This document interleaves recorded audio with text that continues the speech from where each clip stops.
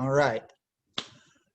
Hi, everybody. I'm James Benger. I'm very excited to get the chance to read with Sarah from our new book, Misfits in the Front Row, which we both have available.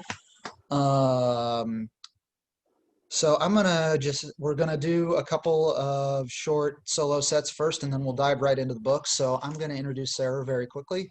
Um, I'm just gonna read her bio. So Sarah Worrell's poems have appeared in 150 Kansas Poems, The Daily Drunk, Wine Drunk Sidewalk, Shipwrecked in Trumpland, and the 365 Days Poetry Anthologies, Volumes 1, 2, and 3. Her short stories are in Coal City Review and James Gunn's Ad Astra. She wades through the jccc bureaucracy in the Writing Center and in the fashion design classes far too often for her liking. Everyone, Sarah Worrell. Hi, everybody. Some of you already know this from Facebook, but I was in a poetry slam last Wednesday, and my poem is going to be published in a bound edition. It's also going to appear at Flying Ketchup Press, and you have the pleasure of hearing it. It's called Alternate Universes. I am not here to write this to you. And this is for the girls who've always wanted to read a grandmother paradox. 1. My great-grandmother Bernice had a son, a 2-year-old named Paul. 3 minutes ago, they'd been inside. He played on the gravel driveway close to the street. Not 2 minutes before, Bernice stood next to Paul, looking at the mail. 2A. But it wasn't 3 or even 2 minutes ago, it was right now. And a drunken young man careened his Chevy straight into Paul's little body. Bernice had sorted the trash from the mail, but she dropped everything when she heard the thump. Papers fluttered to the ground and into the garage trash can, regardless of how they'd been sorted only a moment before. Wind swirled a few empty envelopes around their parked Ford. The tires on the Chevy screeched as the young man turned the corner out of Bernice's sight. She ran to Paul, gathering him in her arms. He looked as if he were asleep. 2C. 3 minutes before, Paul looked at the sunshine and listened to the birds chirping. Ma, can we go outside now? No, the mail isn't here yet. Half an hour later, the rhythmic stop and start of the mail carrier's vehicle roused Paul from daydreams to ask to play outside again. 2B. 2 minutes earlier, Bernice and Paul were both struck by the young man driving the Chevy. My grandfather was never born. My father was never born. I am not here to write this to you. My next piece is called Thought Sleep, and it's one of the ones from the 365 Days anthologies. I cannot remember a time before my darkness, shriveled, starved, ate my smile, and it grew. Then it ate my laughter and grew bloated until it swallowed me and it grew, until fingers poked through thin skin, emerging shriveled, starved. This next one's called Sandwich Board. Wear one to announce my single status. I'm here, boys. Date me. And this next one's called Slogging. Today I'm grateful. Sunshine, bicycles, hope, friends to encourage me when I wade through more dark times. And my last is a piece of flash fiction published in Coal City Review. It's called Destruction. Stacy held the posters with her gloved hands and taped them on the facade with a freshly purchased double-sided tape dispenser. The posters showed a grainy photocopy of a naked woman's torso, and the magazine cutout words, "Andrew Heinrich, do you know where your wife is?" After plastering 6 of these around the doors of the office building, Stacy headed back to her PT Cruiser. Her black vehicle reflected parking lot lights in the early morning. She laid her floppy sun hat on the passenger seat and drove to the workplace of Andrew Heinrich's wife. After putting her sun hat back on, she taped up 6 more posters of Gail Heinrich. This one said, "Ladies, has Gail Heinrich sent this to your husband?" The image of Gail Heinrich in her naked torso on her husband's computer was seared into Stacy's mind. The texted conversation between that woman and her husband would never be forgotten. "What will your wife think?" Gail had asked him. He'd responded, "She understands that sometimes there are slip-ups." Like hell. The entry Gail sent him afterwards was a thank you for helping her fulfill one of her fantasies.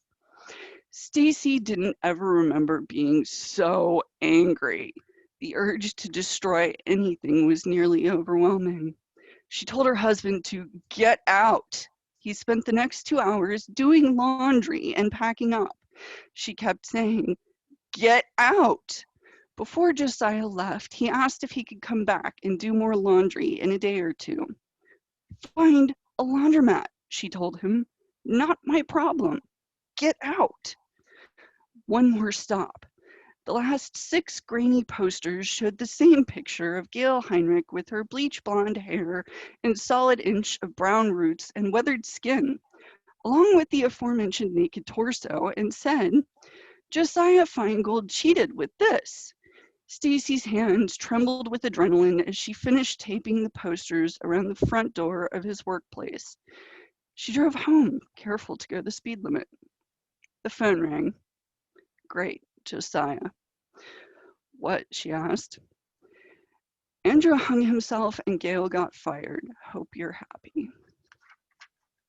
The end. And that's all I have for that. So I guess it's my turn to introduce James. And I actually got to meet him at KU when we were taking classes together. James Benger is the author of 2 fiction ebooks and 3 chapbooks, 2 full lengths, and co-author of 3 other split books of poetry. He's on the board of directors for the Writer's Place and the Riverfront Readings Committee, and is the founder of the 365 Poems in 365 Days online workshop, and is editor-in-chief of the subsequent anthology series. He lives in Kansas City with his wife and children. Take it away, James. Thanks, Sarah. That was awesome. Thank you for doing that. I'm gonna just dive right into it, and I need to cut down that bio because that sounds really braggy. That was. It doesn't sound as bad when I read it, I guess. I don't know. All right, I'm gonna do 3 poems of my solo stuff. The first one I'm gonna do is from a book called The Park that I did a few years ago with Kelsey Books or Aldrich Press, whichever you want to call them.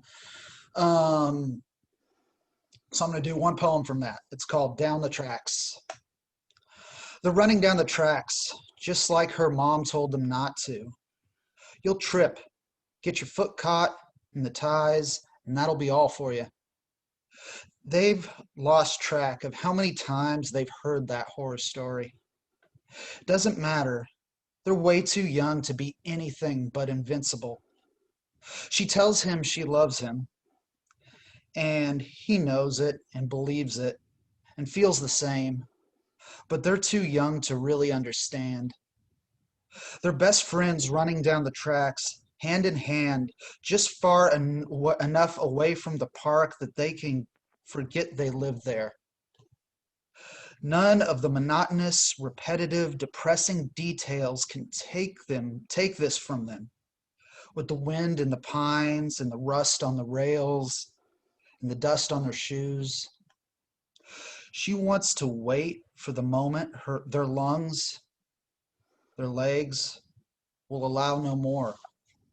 She wants to stop then, grab his hands and kiss him in the middle of the tracks, just like she's seen in those black and white movies her mom watches on an afternoon. The movies might not actually be black and white. The console idiot box blew its color tube so long ago, she almost can't remember what Technicolor is. She won't kiss him like in those movies, though. She feels like that's what they're supposed to do. And when it comes to what they're supposed to do, like she recently learned from one of the older girls in the park, fuck that. So they're running down the tracks, nearly a mile from the park, and nothing will ever change this moment. So there's that one. I guess one thing I should have said is all of the poems from this take place in a trailer park or around it. So I say the park a bunch in that. So yeah, so there's that one. That was one of the happier ones, I guess, kind of.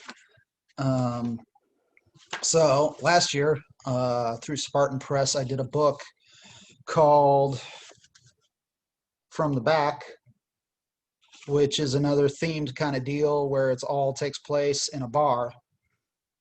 And I'm going to do one from that. And it's called The Only Way. He finds it difficult to experience anything real. The neon technicolor of life burns hotter than the cigarette lighter in the dash of his blue smoke and spent prayers 76 Buick Century. He could have known love once, and maybe even did for a breath. But as always, anything vivid frightens him to collapse. The young waitress in the shirt that's tight enough and short enough to get any kid sent home from school. She sets his next glass on the table and tries to flirt for a bigger tip. He mumbles a terse thanks and never looks her in the eyes. And he'll go home tonight, numb and alone, and not necessarily the way he likes it, but the only way he knows. So there's that one. I'm going to do one more. This is an older one, but maybe one of my happier ones.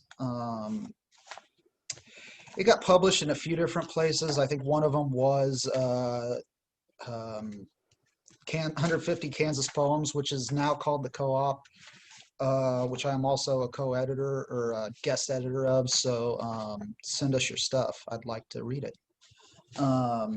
This also got published at some point a few years back in a chapbook called You've Heard It All Before, which, as far as I know, this is the last copy. I'm not sure if the publisher still exists or not. I'm not sure what's going on with this one.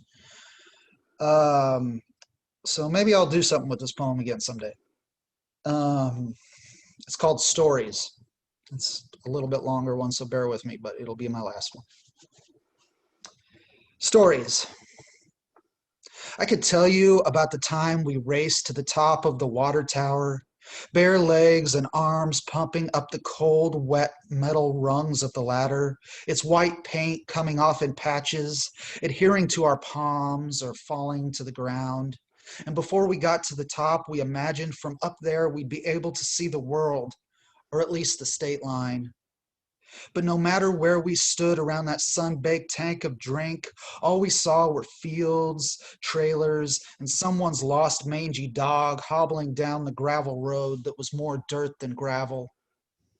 And I could tell you about the time we jacked the keys to Buddy's sister's Mustang from the kitchen counter when she wasn't looking, and how we flew with the wind ripping at our eyes, all of us too false macho to ask for the top to go back up. It was winter after all. And when the sky went dark and we finally came back, she was red-faced and spitting and screaming till she cried and everyone laughed, but I almost cried along with her. No one should ever have to feel like she must have. And I could tell you about the time I found a lost chick by the side of the road when I was walking home from 4th grade.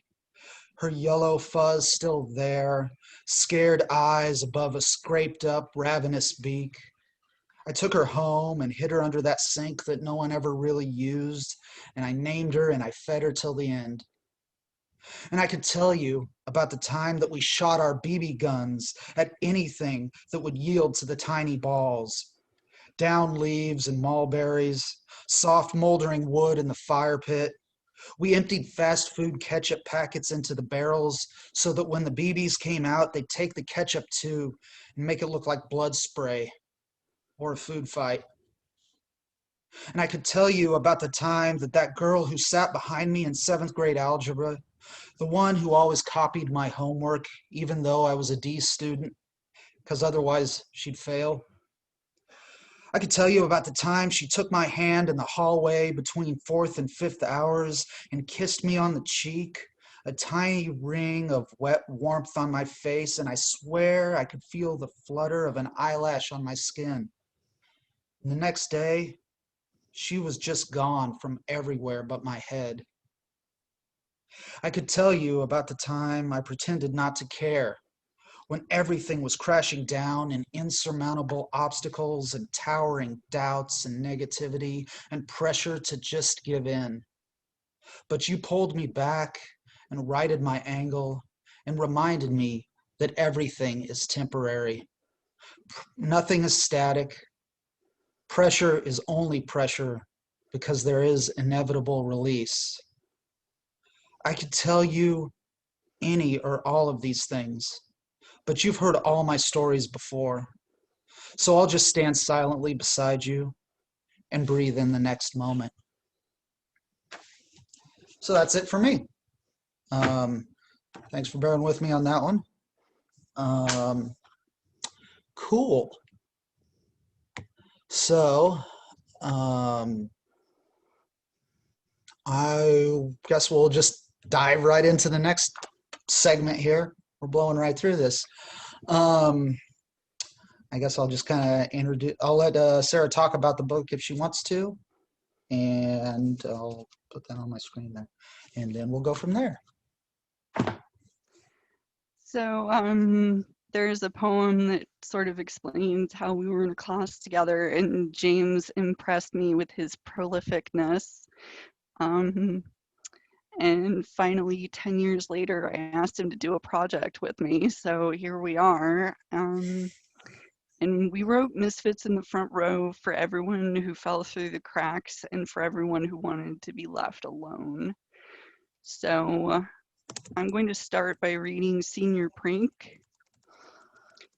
During lunch, someone set off smoke bombs. Kids with asthma couldn't breathe, and all I could think about was being hungry, because I was 15 and an asshole. So my girlfriend and I got a hold of my mom to bring us pizza, and one of the teachers was so pissed that we didn't think of anyone else but ourselves. She reamed me out, but I got to eat my fucking pizza. Nice. All right. This is the fun thing is like I'm trying to like completely on the fly, like since I don't know what Sarah's gonna read, she doesn't know what I'm gonna read, I don't know what I'm gonna read. So I'm like trying to find something that will work but not necessarily follow that one in the book so that we can be a little bit different. So I'll do one that I don't think follows that one in the book. It might. Called Freshman Bio.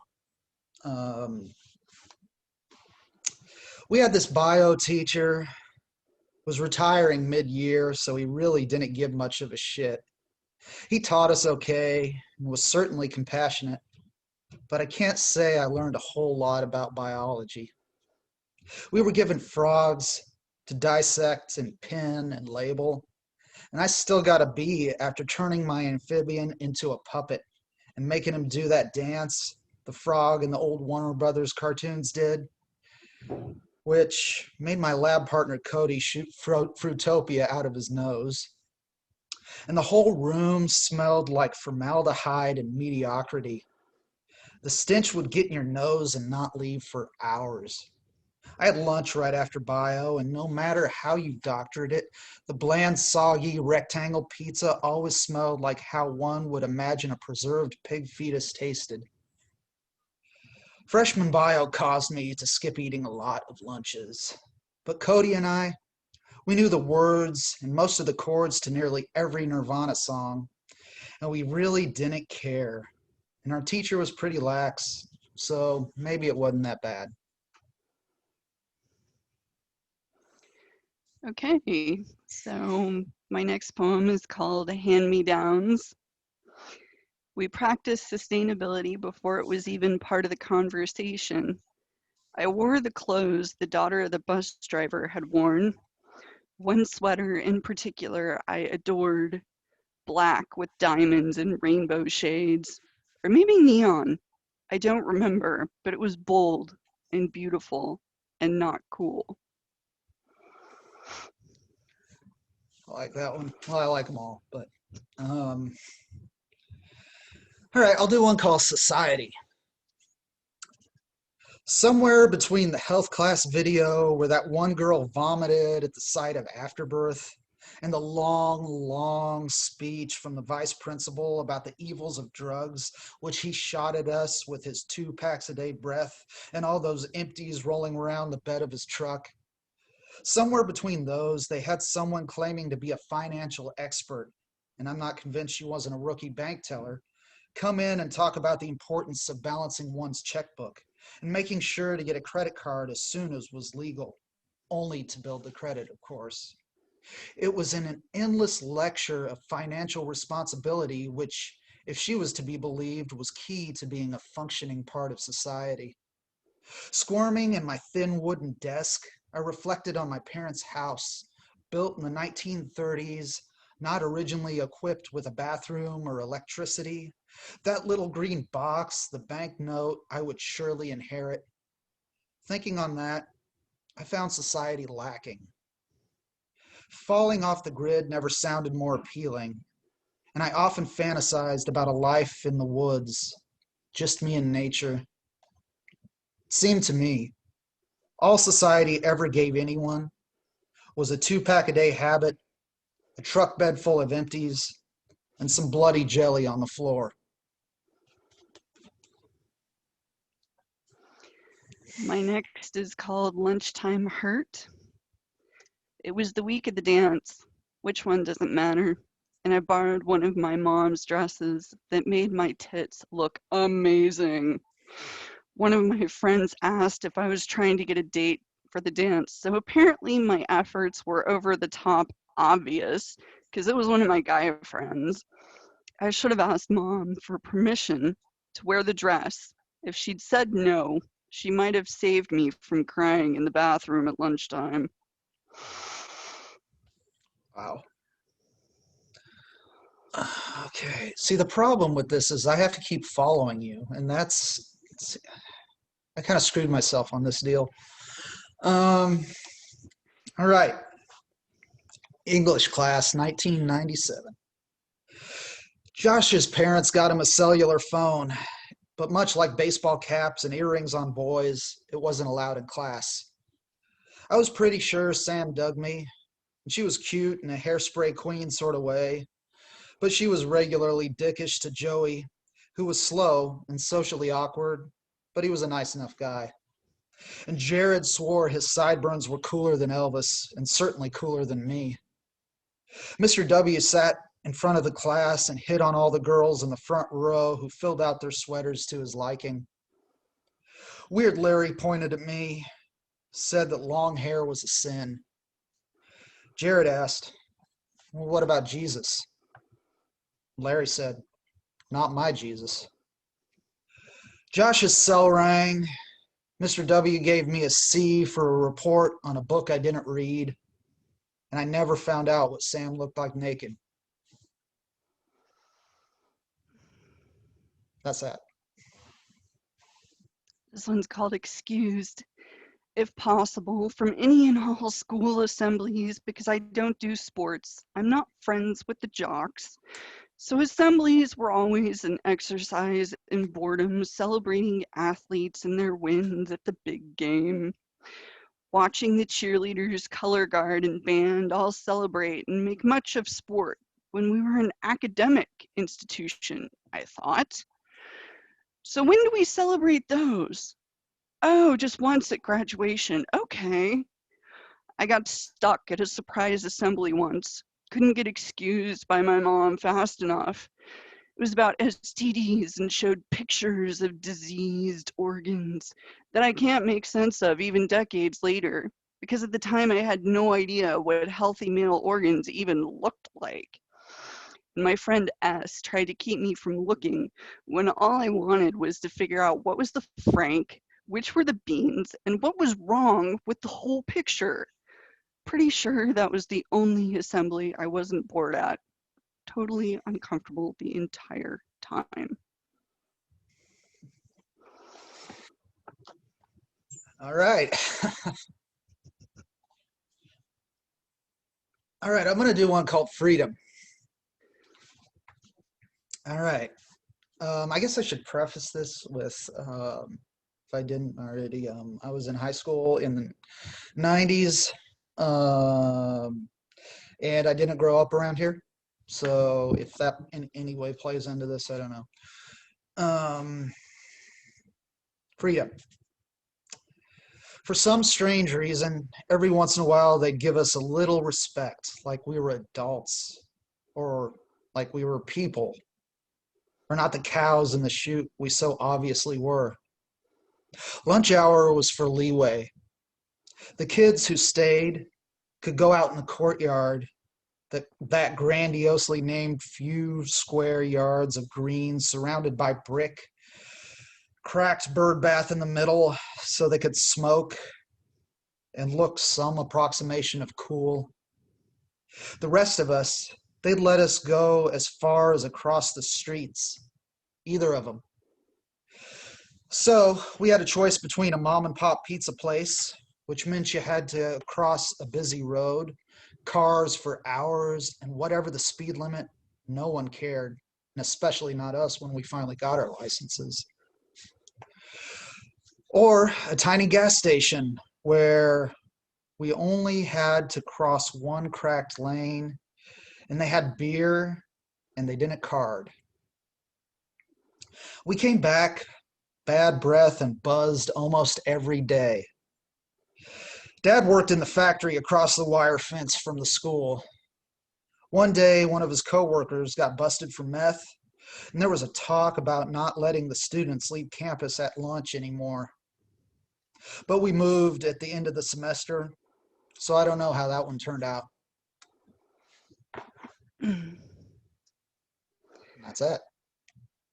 This one's called The Kid in the Back, Screwing with My Studies. Knows he can't shut up. He told the professor so. Gave her permission to cut off his words. But she's too polite. I'm paying for professors, not that kid in the back who can't keep his mouth shut. And what's funny is I'm pretty sure I know exactly which kid you're talking about, too. I think I had a few classes with him. I think I was probably in that class. All right, well, that was a college poem, so I'm going to take it back to an elementary school poem. This one's called Recess. We would find spent cigarette butts left by the older kids, and maybe some teachers too. And someone always had a lighter. When no one was looking, we'd light the butts up. They were usually good for a hit or two, and it made us feel grown up, cool, and real, and more than just dumb kids.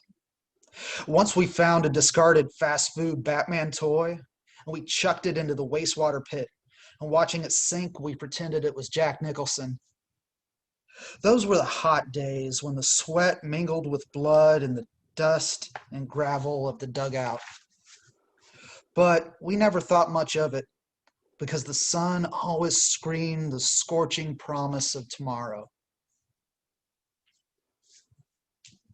There's that one. This one's called Lockers. Were a torment because you only had 6 minutes for passing period. And if you happened to be constipated, there was no fucking way you'd be to class on time. And once I even missed the bus along with Donald, I think. But it's been so long, I'm not sure if he would even remember now. So they sent us a short bus. And I quit putting books in my locker and started carrying a tote on one shoulder. And developed back problems because of how torqued my neck was from carrying all those books that way. because Ms. F wasn't going to excuse me for being constipated. Like, how do you even ask for permission to go? Why should you? And now I'm more tightly strung than ever and more likely to have the runs than anything else because IBS. And my mom keeps suggesting I take an over-the-counter med to stop it, but it seems like it either runs or I'm stopped up, and there is no winning this. The end. And again, how do I follow that? Like, all right, so I'm gonna do one called Invisible. I guess there is a bathroom in this one, so it kind of follows. Invisible. Old widow Hera brought. Let me start over. Old widow Hera brought supplies in an old Osco drug plastic sack.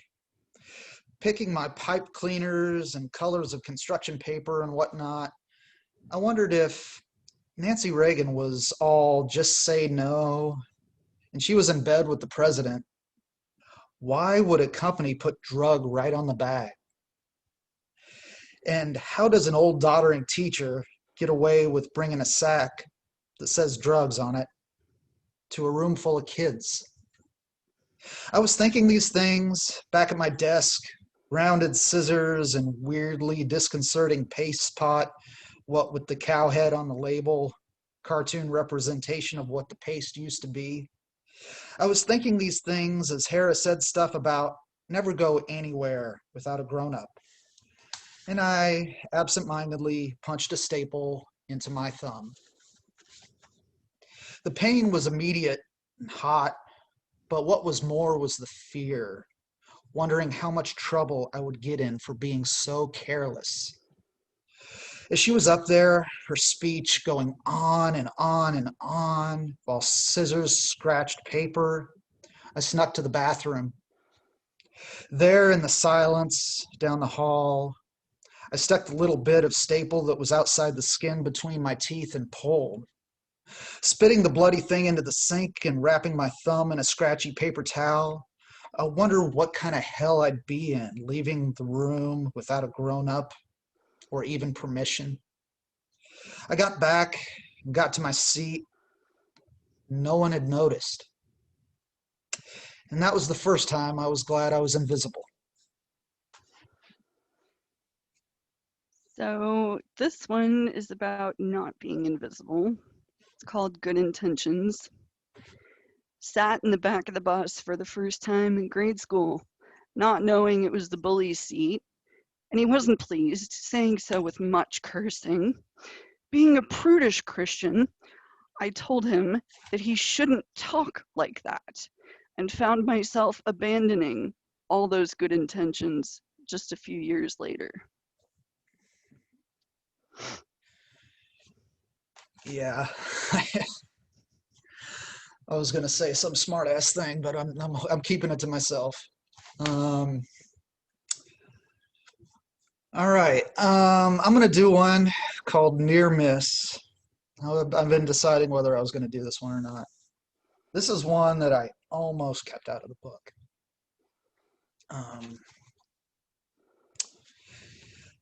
We had these clubs. We called them gangs. Out on the playground, whatever the flavor of the week was, that's what we were. We were a bit violent, always fighting with the rival gangs. And the rivalries were always mismatched. Gearing up for the new Michael Keaton movie, TV had been showing the old Adam West show on infinite repeat. We were the Batman gang. We took turns, but most days I was Batman. One winter day on the playground, we picked a fight with the Care Bear gang. I know. This ended with me and Steph, the girl my younger brother dug, wrestling in the sand pit. No one drew blood, and in fact, we were laughing. Most of the fights were kind of jokes to the ones doing the fighting. but somehow we managed to rip the hoods off of each other's coats. The recess monitor jerked us up both up by our scruffs, one in each fist, and she tells us, "You in some shit now." Steph and I, we stood outside old man Jacobson's office, waiting to be sentenced. Steph grabs my hand and says, "My mom can't know. I just can't take another beating." I told her, "Don't worry, I'll get us out of this," hoping I sounded way more confident than I felt.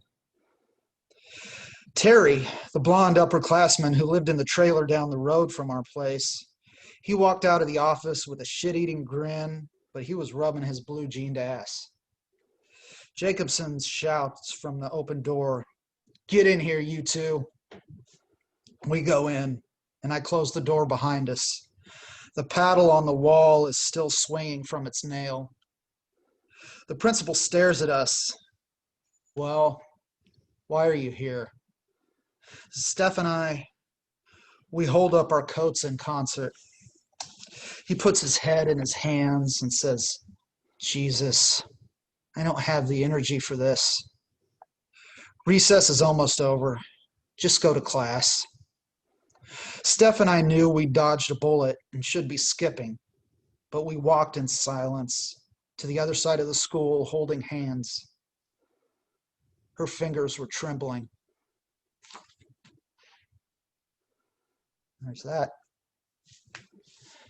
This one's called All the Dead Kids I Ever Knew Were Eclipsed by the pain I saw working at Olathe Northwest when 2 girls in 1 week killed themselves.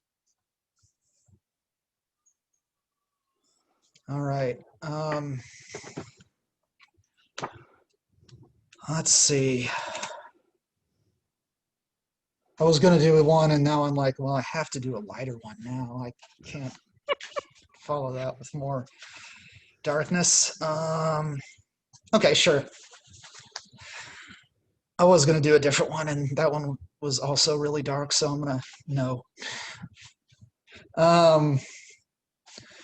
What do you say? I do one, you do one, then maybe I do one more, and then we call it good? Sure. All right. We can hang out afterward. This is my first one in the book. It's called JCCC 2001. I was a bit of a non-traditional student. I kind of quit college a lot. So this was one of my first attempts at going to college. You might find out why I didn't do so well. My eyes blurred with last night's show. The lasers were killer, and those acrobats in the rafters, that is shit on lockdown. And she's up at the board saying about group projects and end of semester nonsense. So here we is, hungover, wondering why we're doing this half-assed higher education that's destroying our savings. Wondering if the girl next to me is actually into me. Wondering if I can get away with inventing lab partners and research and results. Because if I can lie, I can have this done in 10 minutes. A couple of buildings over, there's coffee, and the library has jazz CDs and back issues of Rolling Stone. She's at the board saying, "pH balance." And the girl next to me, she elbows my side and says, "Dude, why are you always so tired?" Promised. They told us we could be anything. President, CEO. The glass ceiling was shattering. They told us we could have everything. The job, kids. They never told us we needed to make choices. A successful mom might not be a successful businesswoman, and vice versa. We were spoon-fed lies, and that was decades ago. There are still glass ceilings. There are still choices. Wow. All right. I'll do one more. I'm not even going to try to top that, so I'm just going to read one. Here's another college one. first attempt at college. It's called Tone. Working a split at the gas station so I can hit up a mid-morning class in between. My torn jeans smell like burnt coffee and spilled gas. My eyes are still blurry from the night before. Other professors holding class over, test or something, so I congregate with my classmates in the hallway. Stoner dude with the dirty hair and the Zeppelin t-shirt sidles up, asks if I know how to get that mid-70s Brad Whitford tone. Thinking about the rest of the workday ahead of me, thinking daggers at last night's rum. I'm in no mood for conversation. I say, with your fingers, man. The tone's in your fingers. All right. So that's it. Thanks for joining us for our reading of Misfits in the Front Row, our new book. We both have copies. We both have envelopes and stamps. I assume. I think I do. I live down the street from a post office. I'm gonna stop recording now and stop tripping over my words, and then we'll hang out.